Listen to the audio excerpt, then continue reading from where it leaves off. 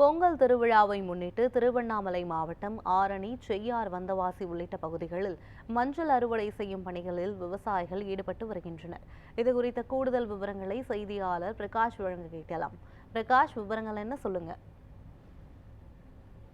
நிச்சயமாக யுவராணி, தமிழர் திருநாளாம் பொங்கல் திருநாளை முன்னிட்டு மண்மனம் மாறாம பொங்கல் திருவிழா மண்மனம் மணக்கும் நமது தமிழக கிராமப்புறங்களில் பொங்கல் விழா சிறப்பாக கொண்டாடப்படுவது வழக்கம். அதன்படி பொங்கல் பண்டிகையை முன்னிட்டு கிராமப்புறங்களில் தங்களுடைய இல்லங்களின் முன்பு மண்பானையால் செய்யப்பட்ட புதிய மண்பானைகள் மற்றும் மண்ணாலான அடுப்புகளில் செய்து தற்போது பொங்கல் விழா கொண்டாடப்படுவது வழக்கம். அதன்படி தற்போது பொங்கலுக்கு விற்பனையாகும் மஞ்சள் செடிகள் திருவண்ணாமலை மாவட்டம் ஆரணி, வந்தவாசி, செய்யார் உள்ளிட்ட பெருநகரங்களில் உள்ள கிராமப்புறங்களில் ஏராளமான மஞ்சள் செடிகள் தற்போது அறுவடை செய்யப்பட்டு வருகின்றன.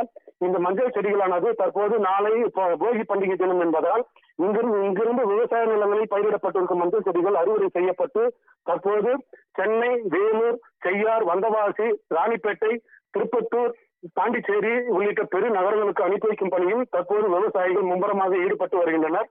மேலும் பொங்கல் தினத்தன்று புது மண்பாண்டத்தால் செய்யப்பட்ட மண்பானைகள் தயாரிக்கும் பணியில் மண்பாண்ட தொழிலாளர்கள் மும்முரமாக ஈடுபட்டு வருகின்றனர்.